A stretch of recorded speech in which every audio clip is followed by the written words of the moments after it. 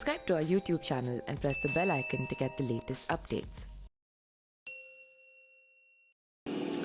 नमस्कार, मेरा नाम पिंटू सिंह यादव है और आप देखना शुरू कर चुके हैं न्यूज लाइव। दोस्तों, राजस्थान की हॉट सीट टोंक में शनिवार को बड़ा उलटफेर देखने को मिला है। पूर्व डिप्टी सीएम सचिन पायलट ने टोंक विधानसभा सीट से अपनी जीत में रोड़ा बन रहे बहुजन समाज पार्टी के प्रत्याशी को मना लिया है। इसको लेकर पायलट ने शनिवार को उनके खिलाफ बसपा से चुनाव लड़ रहे अशोक बैरवा के पक्ष में राजी कर लिया है।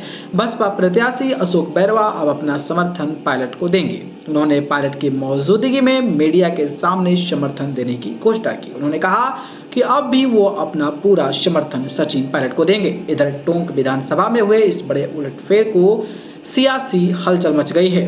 समय अभाव के कारण फॉर्म नहीं ले पाया बैरवा।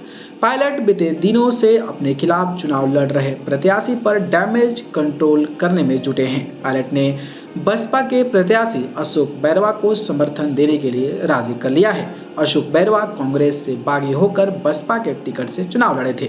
मीडिया से बातचीत के दौरान बैरवा ने कहा है कि मैं अपना नामांकन वापस लेना चाहता था, लेकिन समय अभाव के कारण अपना नामांकन नहीं ले पाया। लेकिन अब मैं पूरे समर्थन के साथ पायलट साहब के साथ हूं। मैं उनके साथ जनसंपर्क में भी रहूंगा। विधानसभा के अंतिम छोर पर भी पायलट को मेरा सहयोग मिलेगा।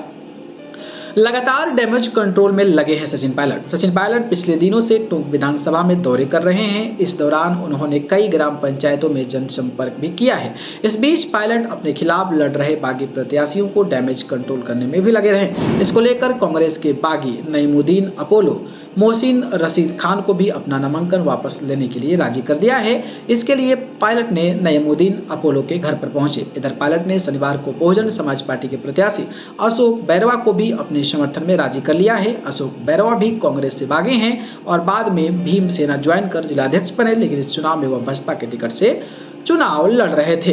अब पायलट के खिलाफ 6 उम्मीदवार बचे। राजस्थान की हॉट सीट टोंक विधानसभा सीट में सचिन पायलट के सामने बसपा के प्रत्याशी नामांकन लेने के बाद भाजपा समेत विभिन्न पार्टियों और निर्दलीय समर्थ 6 उम्मीदवार चुनावी मैदान में हैं। इनमें से भाजपा की तरफ से अजीत सिंह मेहता, आजाद समाज पार्टी से Mohammad Shoaib Khan, Indian People's Green Party से Ganesh, Social Democratic Party of India के अब्दुल लतीफ, निर्दलीय उम्मीदवार जगदीश प्रसाद वर्मा और सीताराम अब चुनाव मैदान में हैं। ऐसे में अब पायलट के सामने बीजेपी समेत 6 उम्मीदवार चुनावी मैदान में हैं। बाकी जिस तरीके से बीएसपी कैंडिडेट ने समर्थन किया है वो वाकई एक सराहनीय बात है और देखना ये होगा कि अब सचिन पायलट आखिरकार चुनाव जीत पाते हैं नहीं। बाकी आपको क्या लगता है कमेंट बॉक्स में बताइए। धन्यवाद।